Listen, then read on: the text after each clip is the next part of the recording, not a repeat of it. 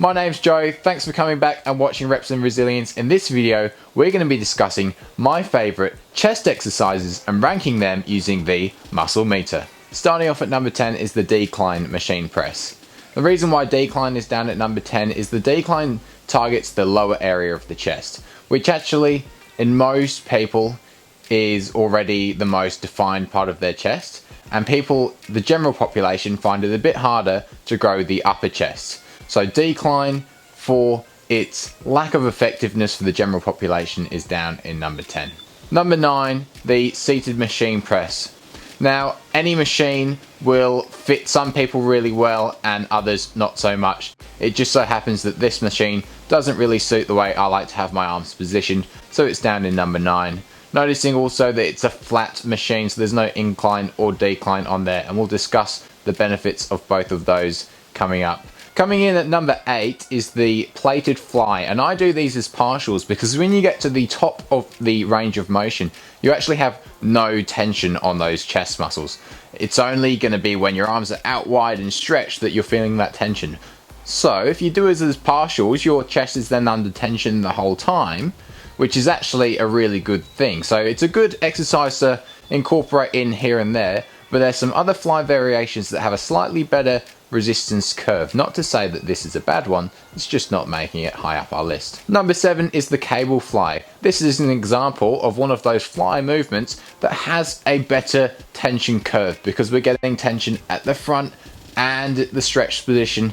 This is going to be more beneficial across the board for our overall muscle growth. However, for me, with the positioning of this, it just doesn't quite feel as good as one of the other fly movements that's coming up. So this one is down at number 7. Topping it at number 6 is the wide chest press machine.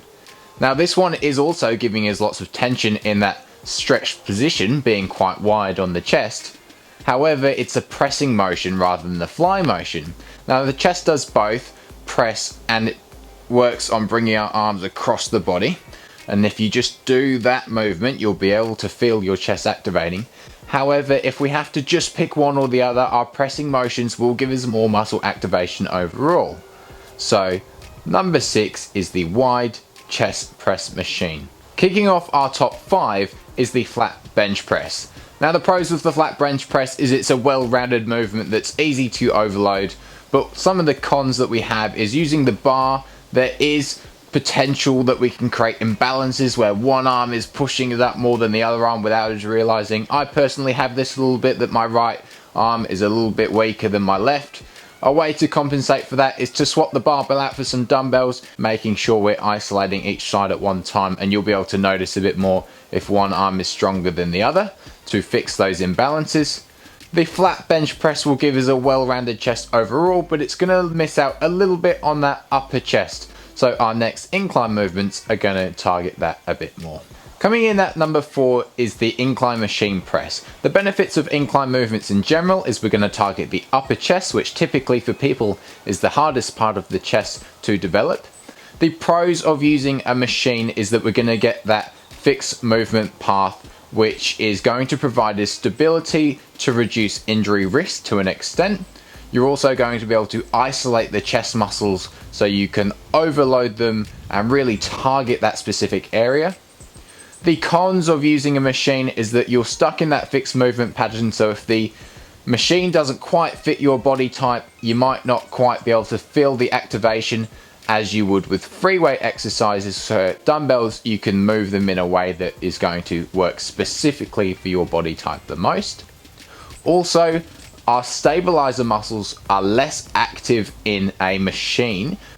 Having less activation of our stabilizer muscles reduces the functionality of the pressing movement development.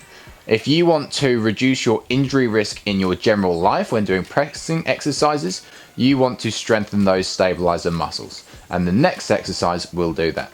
Making our top 3 is the incline barbell press. The incline barbell press allows us to target those upper chest muscles, which are the hardest to develop. It allows us to strengthen the stabilizer muscles around it for better muscle recruitment and improved CNS activity. We also are going to be able to overload this movement really easily, but just be careful with the bench that you're not going to be creating imbalances, so use the dumbbells every now and again as well.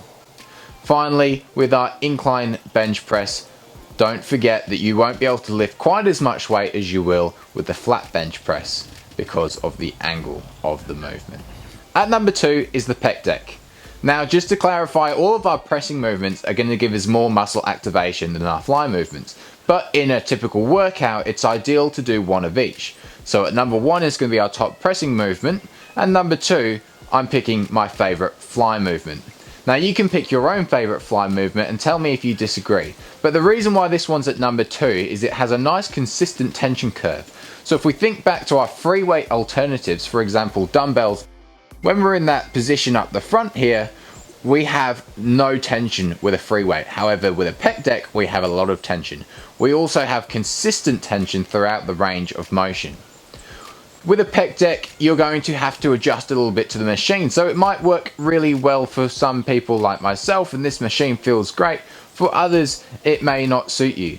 So you may prefer a cable, which is also going to give you a consistent range of motion. They're interchangeable, so find the one that works best for you. But for me, number 2 is the pec deck. Number 1, the incline dumbbell press. There's so many benefits of this movement. It has unilateral components. It targets our upper chest. We get our free range of motion, so we can come below our chest if we've got that mobility. We're not limited by the barbell. We don't have to stick to a specific movement pattern of a machine. The dumbbells are an excellent way to overload. They're quick and easy to access in the gym. The main thing to remember with this one is don't injure yourself in the setup of it. Make sure you're tensed and braced at the start of the movement when you rack those dumbbells up towards your chest, because that's when we can accidentally throw out our shoulders if we're not prepared for that weight. That's my list, that's my favorites. A lot of it is personal preference. So many of these movements are excellent chest builders. The main things that we need to remember is we want some incline to target the upper chest. We want a fly movement to target the functionality of the chest, bringing our arms across the body. And if a machine works best for you, that's fantastic, but don't forget to use free weights here and there to target those stabilizer muscles around for more functionality. I'm sure you will agree and disagree with so many of the things that we've gone through today, because so much of it is personal preference. But if you got some value out of the things we've discussed, and if you want to add some more value in the comments with your own opinions and knowledge around this stuff, please get in there, let us know what you think, what your favorites are, and also what you want to see next.